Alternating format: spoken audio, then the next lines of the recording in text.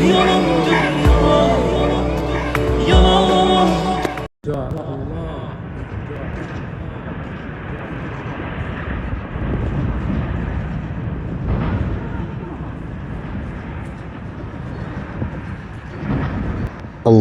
انصر الإسلام والمسلمين في كل مكان واخذل الكفرة واليهود والنصارى والمشركين. میں نے سقوط اندلس، سمرقند، بخارا، شیراز اس کے نوحے پڑھے.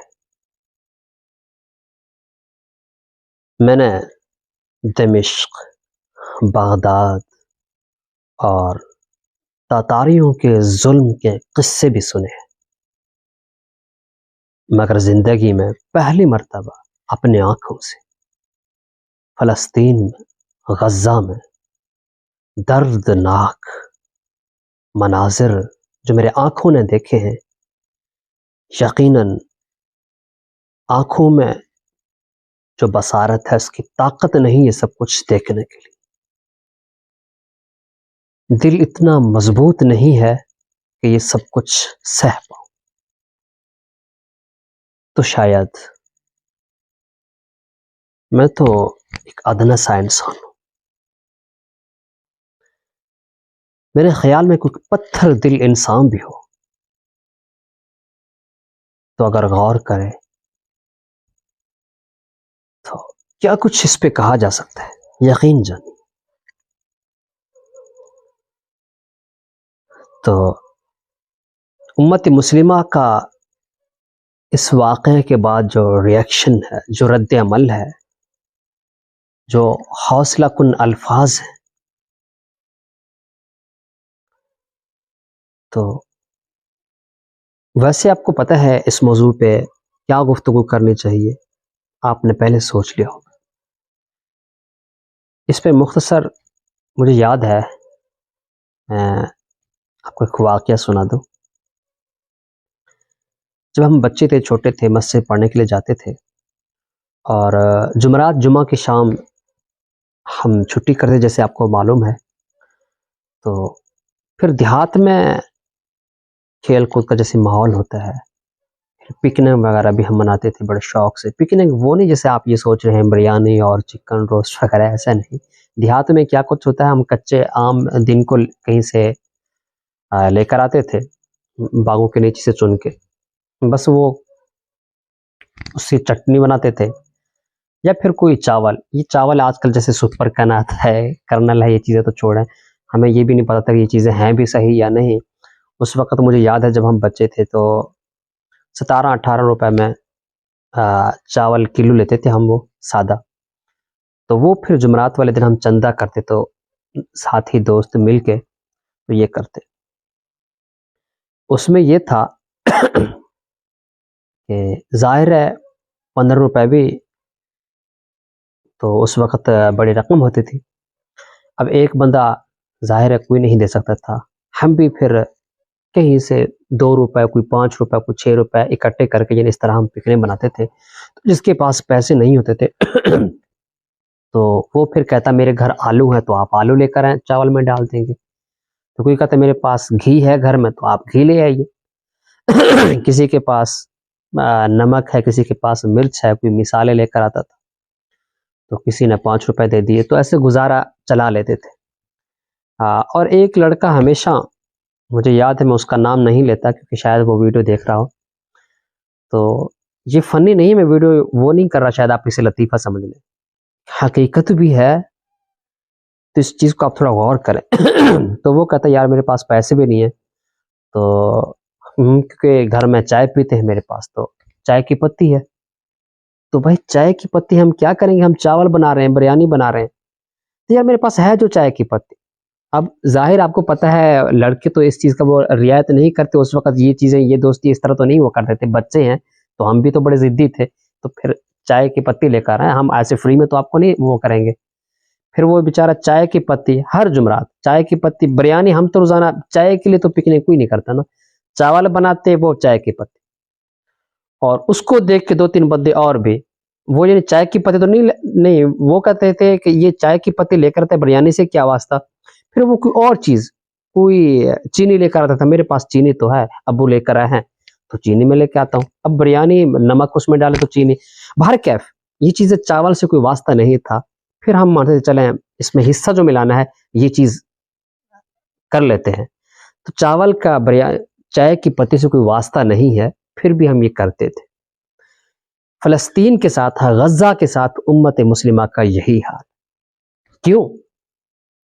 اب وہاں پر غذائی قلت ہے, کھانے پینے کے لیے اشیاء نہیں ہے, اور جنگ ہے, دن رات 24 گھنٹے بمباری ہو رہی ہے وہاں پر.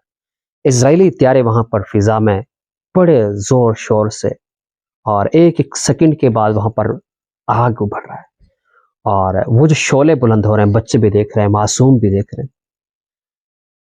اب یہی حماس والے وہاں پر امریکہ میں اسرائیل میں جو کچھ کر رہے ہیں, تو ان کے جو دوست ہیں, ان کے جو رفقا ہیں, آپ کو پتہ ہے کون ہے, وہ ہوائی اڈے دینے کے لیے تیار ہیں. وہ ساتھ میں دریا میں بحری جہاز بھی لے کر آئے ہیں, فضا میں اپنے تیاری بھی لے کر آئے ہیں.